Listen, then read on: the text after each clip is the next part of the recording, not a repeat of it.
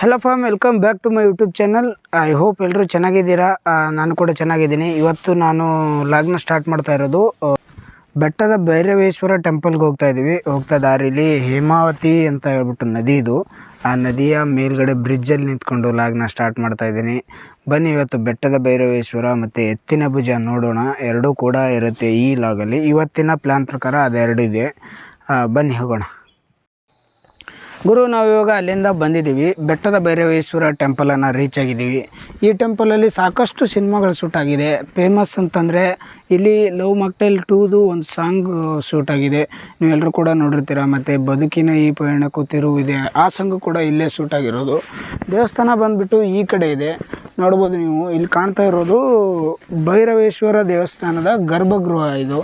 ಇಲ್ಲಿ ಕಾಣ್ತಾ ಇದೆ ನೋಡಿ, ಇದು ಬಾಗಿಲು, ಅದರದ್ದೇ ಇದು ಬಾಗಿಲು. ಇವಾಗ ಸದ್ಯಕ್ಕೆ ಬಾಗಿಲನ್ನು ಬಂದ್ ಮಾಡಿದ್ದಾರೆ, ಅಂದರೆ ಟೈಮಿಂಗ್ಸ್ ಇರಬೇಕು ದೇವಸ್ಥಾನದ್ದು, ಹೀಗಾಗಿ ಬಂದ್ ಮಾಡಿದ್ದಾರೆ. ನಾವು ಸ್ವಲ್ಪ ಲೇಟಾಗಿ ಬಂದೇನೋ ಅಂತ ಅನಿಸುತ್ತೆ. ಈ ಕಡೆ ಎಲ್ಲ ಓಡಾಡಿ ಹೀರೋ ಮತ್ತು ಹೀರೋಯಿನು ಅವರೆಲ್ಲ ಈ ಕಡೆನೇ ಓಡಾಡಿದ್ದು, ಈ ಕಡೆ ಓಡಾಡಿ ಅವ್ರದ್ದು ಒಂದು ಸಾಂಗ್ನ ಶೂಟ್ ಮಾಡಿದ್ದು ಈ ಜಾಗದಲ್ಲಿ. ಈ ಒಂದು ಮೆಟ್ಲ ಹತ್ರನೇ ಹೀರೋಯಿನ್ನು ಅಳ್ತಾ ಕೂತಿರ್ತಾರೆ, ಇಲ್ಲೇ ಕೂತಿರ್ತಾರೆ ಅವರು. ಇಲ್ಲಿ ಹೀರೋಯಿನ್ ಅಳ್ತಾ ಕೂತಿರ್ಬೇಕಾದ್ರೆ ಹೀರೋ ಇಲ್ಲಿಂದ ನಡ್ಕೊಂಡು ಕೆಳಗಡೆ ಹೋಗ್ತಾನೆ. ಡಾರ್ಲಿಂಗ್ ಕೃಷ್ಣ ಅವರು ನಡ್ಕೊಂಡು ಹೋಗೋದು, ಮತ್ತು ಇಲ್ಲಿಂದ ಸ್ಟಾರ್ಟ್ ಆಗುತ್ತೆ ಆ ಸಾಂಗು. ಇಲ್ಲಿ ಹೀರೋಯಿನ್ ನಿಂತಿರ್ತಾರೆ ಮತ್ತು ಪಕ್ಕ ಡಾರ್ಲಿಂಗ್ ಕೃಷ್ಣ ನಿಂತಿರ್ತಾರಲ್ಲ, ಇಲ್ಲಿಂದ ಸ್ಟಾರ್ಟ್ ಆಗೋದು. ಆ ಸಿನಿಮಾ ಶೂಟ್ ಆದಂಥ ಜಾಗ ಇದು.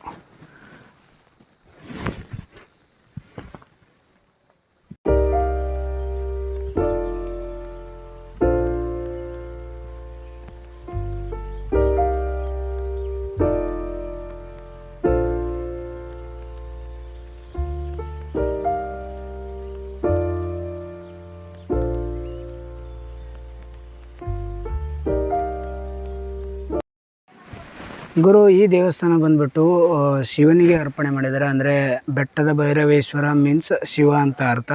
ಶಿವನ ಇನ್ನೊಂದು ರೂಪ ಬೆಟ್ಟದ ಭೈರವೇಶ್ವರ. ಈ ದೇವಸ್ಥಾನನ ತಲುಪಬೇಕು ಅಂದರೆ ಮೂಡಿಗೆರೆ ತಾಲೂಕಲ್ಲಿರುವಂತಹ ಮೇಕನಗದ್ದೆ ಅನ್ನುವಂಥ ಊರಿದೆ.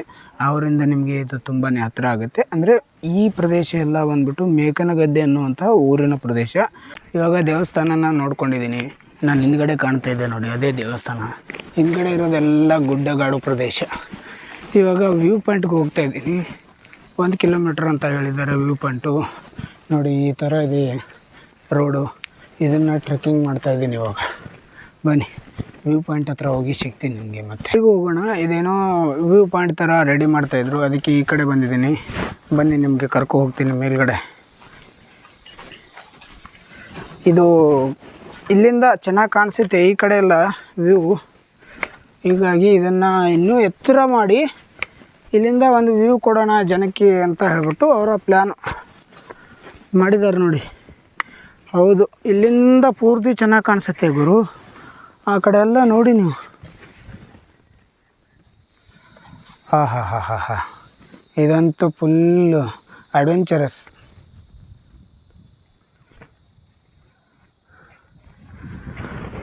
ನೋಡಿ, ಈ ಕಡೆ ಇನ್ನೂ ಚೆನ್ನಾಗಿ ಕಾಣಿಸುತ್ತೆ. ಇದೆಲ್ಲ ಕಾಡು ಪ್ರದೇಶ ಗುರು, ಅಲ್ಲಿವರೆಗೂ ಕಾಣಿಸುತ್ತೆ ನೋಡಿ. ಮಧ್ಯೆ ಮಧ್ಯೆ ಒಂದೊಂದು ಎಸ್ಟೇಟು, ಚಿಕ್ಕ ಚಿಕ್ಕ ಮನೆಗಳು, ಒಂದಷ್ಟು ಚಿಕ್ಕ ಚಿಕ್ಕ ಊರುಗಳು ಬಿಟ್ಟರೆ ಉಳಿದಿದ್ದೆಲ್ಲ ಕಾಡೇ ಇದು. ಆ ವ್ಯೂ ಪಾಯಿಂಟ್ಗೆ ಹೋಗೋಣ ಇವಾಗ. ಬನ್ನಿ. ಆ ವ್ಯೂ ಪಾಯಿಂಟ್ಗೆ ಹೋಗೋಕ್ಕಿಂತ ಮುಂಚೆ ಈ ಕಡೆ ನೋಡಿ, ಈ ಕಡೆ ಒಂದು ವ್ಯೂ ಇದೆ, ಇಲ್ಲಿಂದ ನೋಡ್ಕೊಳ್ಳಿ. ಇದು ನೋಡಿ, ಇದು ಚೆನ್ನಾಗಿದೆ, ಇನ್ನೂ ಸೂಪರ್ ಆಗಿದೆ. ಆ ವ್ಯೂ ಪಾಯಿಂಟ್ ಕಡೆ ಹೋಗೋಣ ಬನ್ನಿ. ಈಗ ನಾವು ಇವಾಗ ಆ ಭೈರವೇಶ್ವರ ಗುಡಿ ಹತ್ರ ಇದ್ವಲ್ಲ, ಫಸ್ಟು ಅಲ್ಲಿಂದ ನಡ್ಕೊಂಡು ಟ್ರೆಕ್ಕಿಂಗ್ ಮಾಡಿಕೊಂಡು ಅದೇ ರೀತಿ ನಡ್ಕೊಂಡು ಇಲ್ಲಿವರೆಗೂ ಬಂದಿದ್ದೀವಿ. ಈ ವ್ಯೂ ಪಾಯಿಂಟ್ನ ನೋಡ್ಕೊಂಡ್ವಿ ಇಷ್ಟೊತ್ತು. ಕೆಲವೊಂದಿಷ್ಟು ಟೈಮ್ ಅಲ್ಲಿದ್ವಿ, ಮತ್ತು ಅಲ್ಲಿಂದ ಟ್ರೆಕ್ ಮಾಡಿಕೊಂಡು ಈ ರೀತಿ ನಡ್ಕೊಂಡು ಇವಾಗ ಈ ವ್ಯೂ ಪಾಯಿಂಟಿಗೆ ಬಂದಿದ್ದೀವಿ. ಇದು ಹೈಯೆಸ್ಟ್ ವ್ಯೂ ಪಾಯಿಂಟ್ ಇಲ್ಲಿ ಭೈರವೇಶ್ವರ ಟೆಂಪಲ್ ಹತ್ರ. ನೋಡ್ಕೊಳ್ಳಿ ಯಾವ ರೀತಿ ಇದೆ. ಭೈರವೇಶ್ವರ ವ್ಯೂ ಪಾಯಿಂಟ್ ಅಂತ ಇದರ ಹೆಸರು. ಬೆಟ್ಟದ ಭೈರವೇಶ್ವರ ವ್ಯೂ ಪಾಯಿಂಟ್ ಅಂತ ಕರೀತಾರೆ ಇದನ್ನು. ಫುಲ್ಲು ಗಿಡ ಮರ, ಎಲ್ಲಿ ನೋಡಿದ್ರು ಗಿಡ ಮರ, ಬೆಟ್ಟ ಗುಡ್ಡಗಳು ಯಾವ ಕಡೆ ನೋಡಿದ್ರು. ಇಲ್ಲಿರುವಂಥ ಪ್ರತಿಯೊಂದು ಪ್ಲೇಸು ಕೂಡ ವ್ಯೂ ಪಾಯಿಂಟ್ ರೀತಿಯೇ ಕಾಣಿಸುತ್ತೆ. ಅಲ್ಲಿವರೆಗೂ ಕಣ್ಣಾಯಿಸಿದ್ರು, ಅಲ್ಲಿವರೆಗೂ ವ್ಯೂ ಪಾಯಿಂಟ್ಗಳೇ ಎಲ್ಲ ಕಡೆನೂ. ಸಖತ್ತಾಗಿದೆ ಪ್ಲೇಸ್ ಮಾತ್ರ. ತಂಪಾದ ಗಾಳಿ ಬೀಸುತ್ತೆ, ಚೂರು ಗಾಳಿ ಬಂದರೂ ಕೂಡ ಫುಲ್ಲು ಎ ಸಿ ಬಂದಾಗ ಇರುತ್ತೆ ಆ ಗಾಳಿ. ತುಂಬ ಖುಷಿ ಆಯಿತು ಈ ಪ್ಲೇಸಿಗೆ ಬಂದು.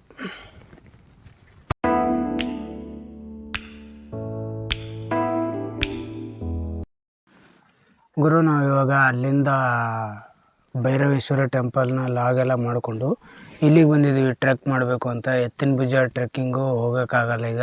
2 ದಿವ್ಸಕ್ಕಿಂತ ಮುಂಚೆನೇ ಬುಕ್ ಮಾಡ್ಕೋಬೇಕಂತೆ. ಅರಣ್ಯ ವಿಹಾರ ಅಂತ ಹೇಳ್ಬಿಟ್ಟು ಬುಕ್ ಮಾಡಿದ್ರೆ ಮಾತ್ರ ಒಳಗಡೆ ಹೋಗೋದಕ್ಕೆ ಬಿಡ್ತಾರಂತೆ, ಇಲ್ಲ ಅಂದರೆ ಬಿಡೋದಿಲ್ಲ.